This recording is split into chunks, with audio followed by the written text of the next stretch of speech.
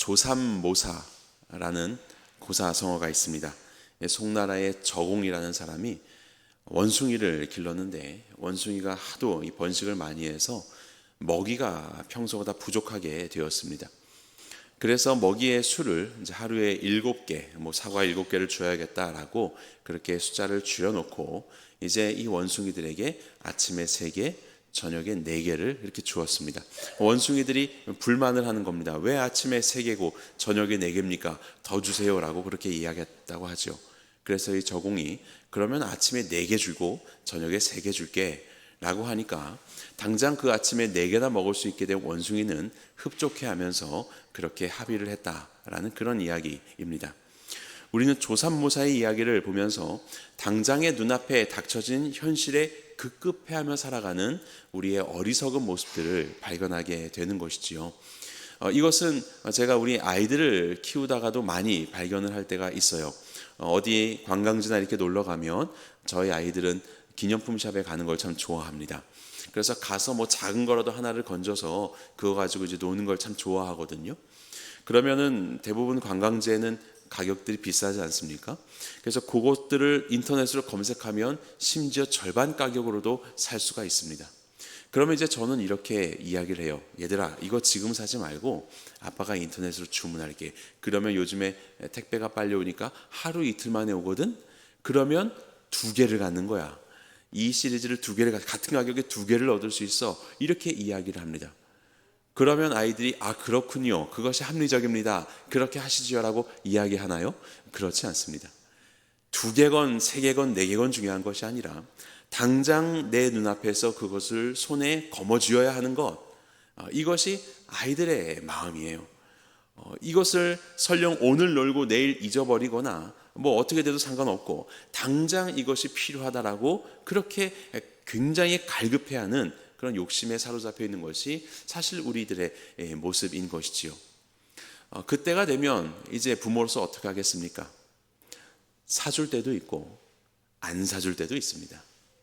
사줄 때야 좋겠지만 안 사줄 때는 하루 종일 입이 나와 있습니다.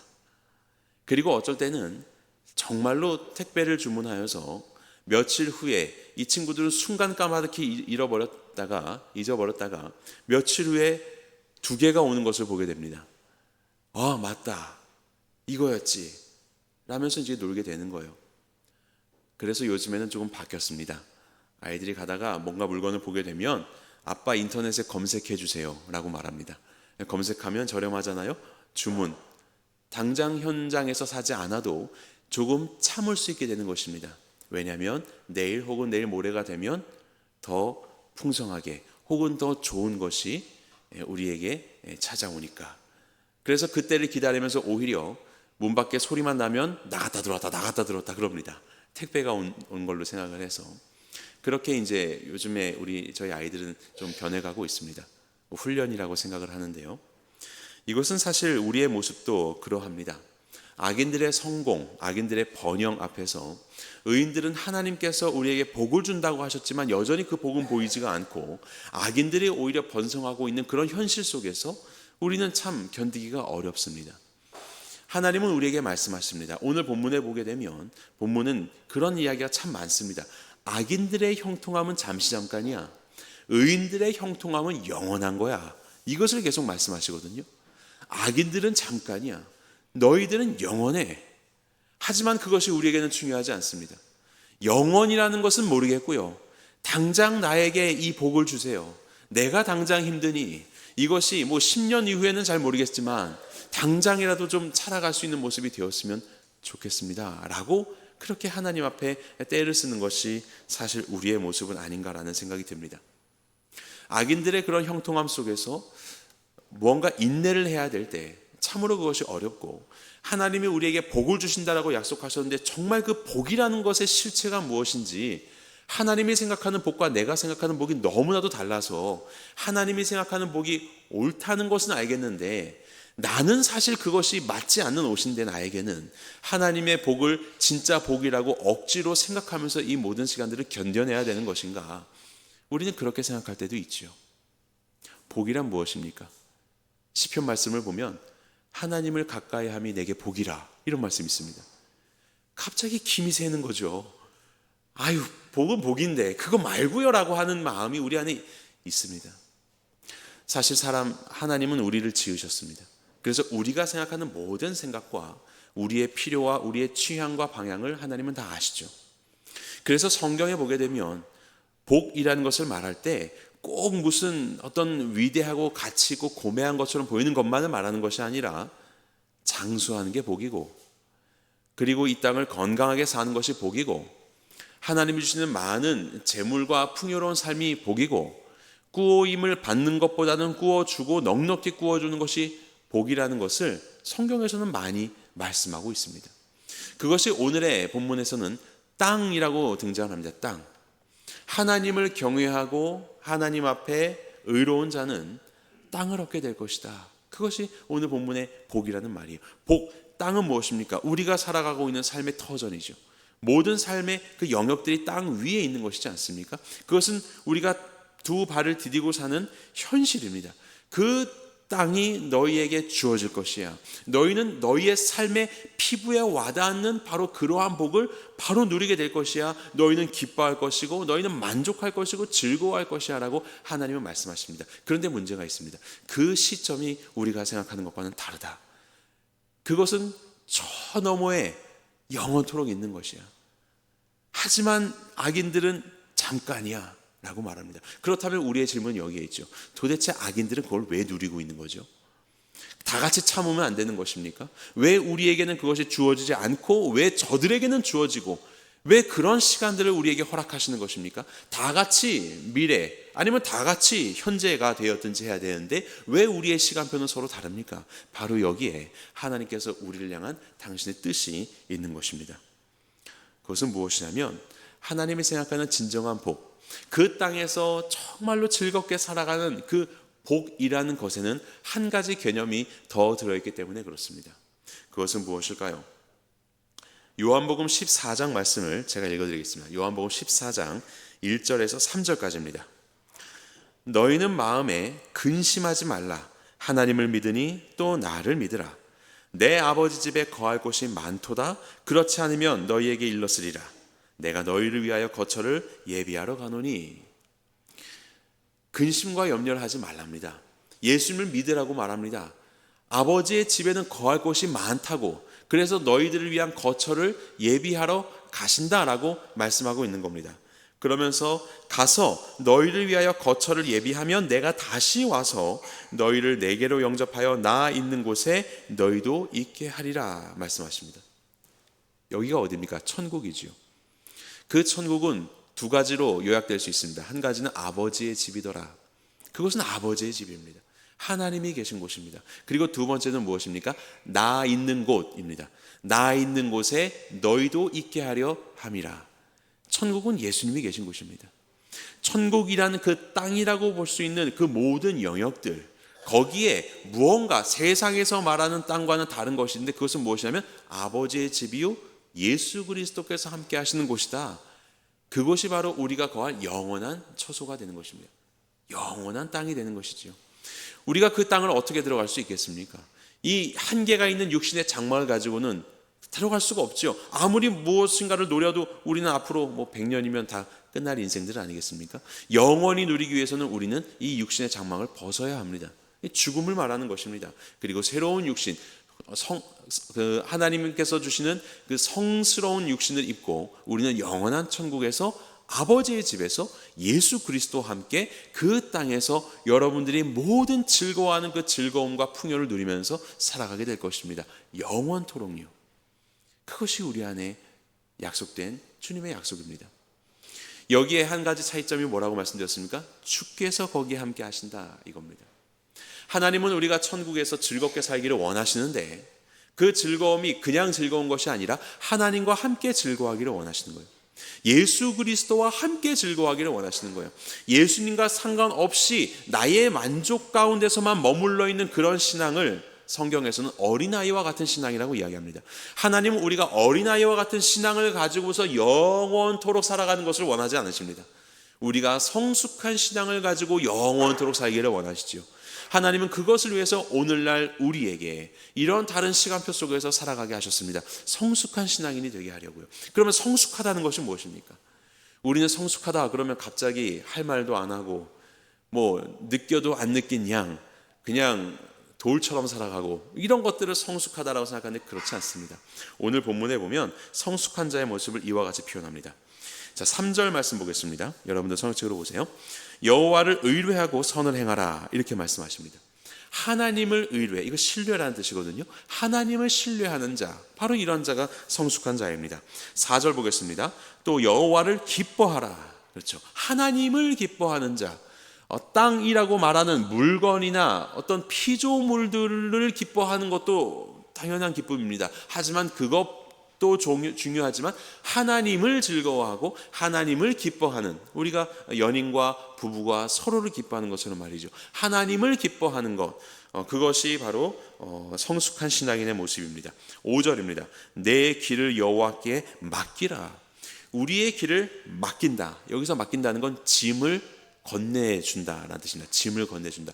우리의 삶 속에서 있는 많은 일들과 문제들이 있습니다. 하지만 그것을 내 사랑하는, 내가 신뢰하는 하나님께 맡길 수 있는 것입니다. 마치 아이들이 무거운 물건을 가지고 가다가 어머니와 아버지를 만나게 되면 여기요 라고 건네주는 것처럼요. 그러면 부모님이 그것을 기꺼이 건네 받으시지요. 훔쳐가지 않고 건네 받으시지요. 그런 것처럼 우리의 삶의 그런 모든 어려움들을, 짐들을 하나님께 건네드릴 수가 있는 것이죠. 여호와께 맡기는 것. 그리고 7절입니다. 여호와 앞에 잠잠하고 참고 기다리는 것. 때로는 이해가 되지 않지만 하나님을 신뢰하기 때문에 그 앞에서 잠잠히 기다릴 수 있는 것.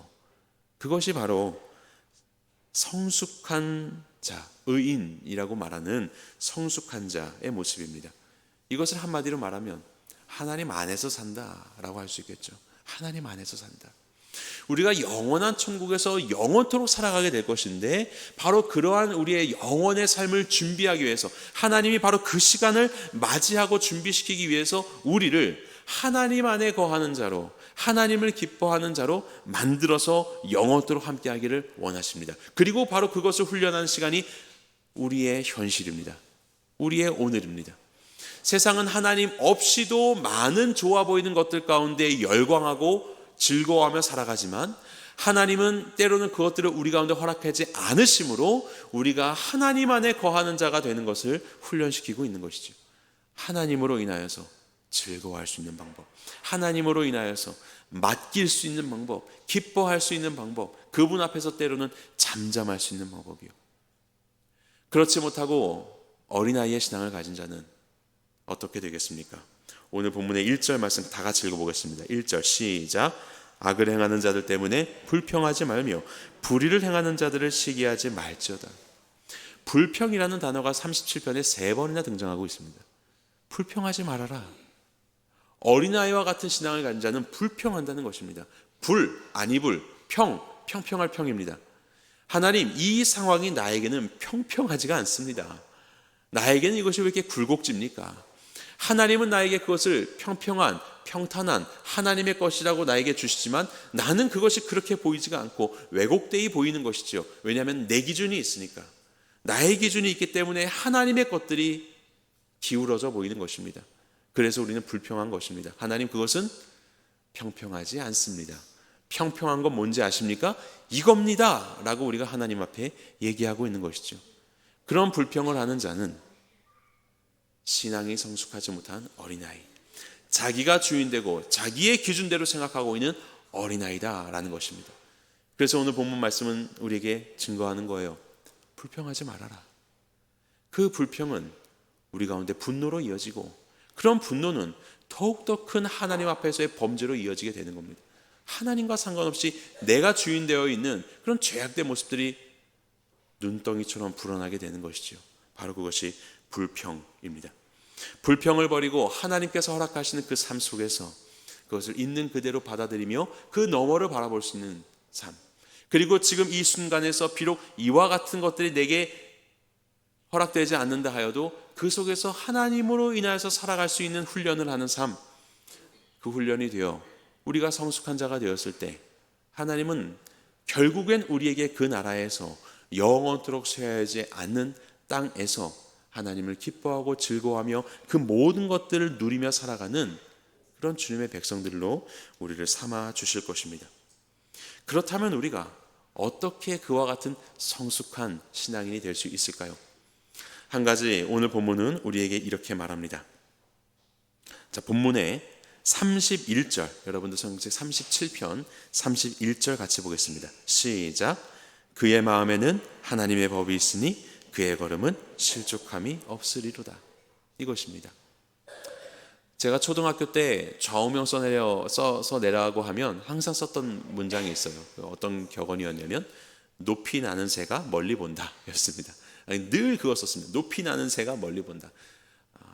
우리가 어떻게 이 근시안적인 신앙의 어린아이와도 같은 상황을 넘어서서 멀리 바라볼 수 있는, 하나님께서 그토록 이렇게 말씀하시는 그 우리에게 허락된 그 영원한 복을, 그 땅을 바라보면서 살아갈 수 있을까? 높이 날아야 되는데 우리의 영적인 차원에서 높이 난다는 것은 무엇이냐면 하나님의 말씀 안에 사는 것입니다. 세상에 있는 모든 것들은 다 해 아래에 있는 것들이요, 높은 것들이 하나도 없습니다. 하지만 세상에 있는 것들 중에서 높은 것이 있습니다. 그것이 바로 하나님의 말씀입니다. 하늘 보좌에 계신 하나님의 그 말씀이 이 땅 가운데 오신 것이기 때문이지요. 세상 가운데 가장 높은 것이 있다면 그것은 말씀입니다. 그리고 그 말씀을 우리가 그 안에 거한다, 그 안에 산다라고 말하고 있는데, 단순히 말씀을 힌트처럼 여겨서 그냥 내 멋대로 살다가 무슨 일이 있을 때만 잠깐 이렇게 말씀에서 좀 참고할 만한 것이 있는가, 그런 힌트처럼 찬스처럼 쓰는 말이 아니라 하나님의 말씀이 그의 마음에 하나님의 법이 있다는 것은 그 말씀의 원리 안에서 산다는 의미죠. 그 말씀 안에서 살아간다는 의미입니다. 매일의 삶이 그 말씀의 지배 아래에서 살아가는 것이에요. 스스로 판단하여서 불평하는 것이 아니라 말씀의 지배 아래에서 그 속에서 하나님의 뜻을 찾고 발견하고 감사하고 성숙하며 때로는 기다리는, 바로 그런 말씀의 원리 안에서 사는 삶을 말하고 있는 겁니다. 그 말씀이 우리 안에 들어와 말씀이 우리를 지배하기 시작하면 그 삶이야말로 가장 높은 곳에 사는 삶이 되는 것이죠. 가장 멀리 볼 수 있는 삶이 되는 것이죠. 바로 이 삶을 살았던 분이 있습니다. 그분이 누구이십니까? 예수님이시죠. 어떠한 아픔과 어려움이 눈앞에 펼쳐진다 할지라도 하나님의 말씀을 마음에 품고 있어 이 모든 것들을 넉넉히 이기셨습니다. 심지어는 자신의 목숨이 죽음에 이르고 사랑하는 하나님과의 단절을 이루게 되는 십자가 앞에서도 기꺼이 하나님께 겸손히 하나님의 말씀 가운데 잠자코 그 길을 가실 수 있었던 것은 십자가 너머에 있는 영광을 바라보셨기 때문이죠. 그것이 보였기 때문입니다. 왜냐하면 예수님은 주의 말씀으로 가득 차 있는 하나님의 말씀 안에 거하는 분이었기 때문에 가장 높은 곳에서 그 너머를 바라볼 수 있는 눈을 가진 분이셨기 때문입니다. 그래서 우리 예수님은 이 땅을 사시면서 머리 둘 곳도 없다고 말씀하셨고, 심지어는 돌아가셔서 묻힐 무덤 땅 하나조차 가지지 못한 분이었지만, 그래서 남의 무덤에다 묻히지 않으셨습니까? 동굴에 갇히지 않으셨습니까? 그렇지만 아무것도 없었던 예수님께서는 그렇게 하나님의 능력 가운데 부활하셔서 세상의 모든 것 위에 가장 뛰어난 이름이 되고 만물을 다스리시는 진정한 왕이 되셨죠. 모든 것이 다 주님의 땅이 되셨습니다. 그것이 바로 영적인 비밀인 것입니다. 그래서 우리가 어떻게 이러한 성숙한 신앙인이 될 수 있는가? 하나님의 말씀, 그 말씀을 우리 안에 채우며 말씀의 지배 아래서 살아가는 것, 이것이 우리 가운데 필요한 것입니다. 그리고 두 번째는 무엇이냐면 우리의 삶에서 하나님이 동행하고 계신다는 사실을 기억하시기 바랍니다. 자, 오늘 본문에 24절 말씀 함께 읽겠습니다. 24절 시작. 그는 넘어지나 아주 엎드러지지 아니함은 여호와께서 그의 손으로 붙드심이로다. 하나님께서 우리에게 말씀하시고 저 멀리 계신 것이 아니라 때로는 그렇게 살아간다고 하지만 여전히 내 눈앞에 보여지는 것들 속에 내가 흔들리며 좌절하며 넘어진다 할지라도 하나님은 바로 그 자리에 계셔서 아주 엎드러지지 않도록 주님의 손으로 우리를 붙잡고 일으켜 주신다, 붙들어 주신다 라고 말씀합니다. 하나님은 우리를 사랑하셔서 저 멀리 계셔서 이리로 오라고 하시는 것이 아니라 우리의 그 모든 삶의 걸음, 하나님 이러한 유혹들, 하나님 또 이러한 필요들, 이러한 현실적인 상황들이 있습니다라고 하는 바로 그 현실 속에서 하나님은 우리와 함께 동행하고 계신다. 우리의 눈물을 아신다. 우리의 아픔을 아신다. 그 하나님이 우리와 함께 하시며 도우심을 알기에 우리는 때로는 방황하고 넘어질 수 있지만 일어설 수 있는 것입니다. 하나님은 우리 개인에게 감동하심으로, 또 말씀으로 감동하심으로 새 힘을 주시고, 또 사랑하는 지체들, 하나님의 몸된 지체들과의 교제를 통하여서도 말씀 가운데 또 경력 가운데 우리를 일으켜주고 계시기 때문에 그렇습니다. 바로 그렇게 우리는 주님 앞에서 하나님이 기뻐하시는 의인의 모습으로 그 나라를 바라보며 이 땅을 살아갑니다. 이 땅에서 비록 어려움과 결핍이 찾아온다 할지라도 잠시 잠깐뿐이요, 그 영원한 나라를 바라보면서 하나님 안에 거하는 훈련, 이 수업을 우리는 오늘도 기쁨으로 맞이할 수 있는 것이지요. 이러한 것들을 통과한 자, 이러한 길을 걷는 자에 대해서 고린도후서는 이와 같이 선언합니다. 고린도후서 6장 9절과 10절입니다. 무명한 자 같으나 유명한 자요, 죽은 자 같으나 보라 우리가 살아있고, 징계를 받는 자 같으나 죽임을 당하지 아니하고, 근심하는 자 같으나 항상 기뻐하고, 가난한 자 같으나 많은 사람을 부요하게 하고, 없는 것 같으나 아무것도 없는 것 같으나 모든 것을 가진 자로다. 이렇게 말씀하고 있습니다. 세상에 있는 사람들 가진 것처럼 보입니까? 가진 것처럼 보이지만 아무것도 가지지 않은 자입니다. 여전히 우리의 삶 속에서 부족합니까? 우리는 모든 것을 가진 자입니다. 오늘 하나님의 말씀 안에서 우리와 함께 동행하시는 하나님, 주님과 함께 예수 그리스도 안에서 살아가는 비법, 그 비법을 누리시기를 바랍니다. 그 안에서 즐거워하시길 바라고, 그리고 혹 세상 가운데 어려움 속에서 낭망하고 있는 우리의 지체들이 있다면 함께 그들의 자리에서 일으켜 줌으로 주께서 그들을 격려하고 계시고 그들과 함께 하신다는 것을 확신시켜 주어서 우리 모두가 다 함께 우리에게 허락된 이 현실을 살아가면서 영원한 그 나라에 합당한 자로서 하나님을 기뻐하는 자로 성숙하게 되는 주님의 백성들이 되기를 주의 이름으로 간절히 축원합니다.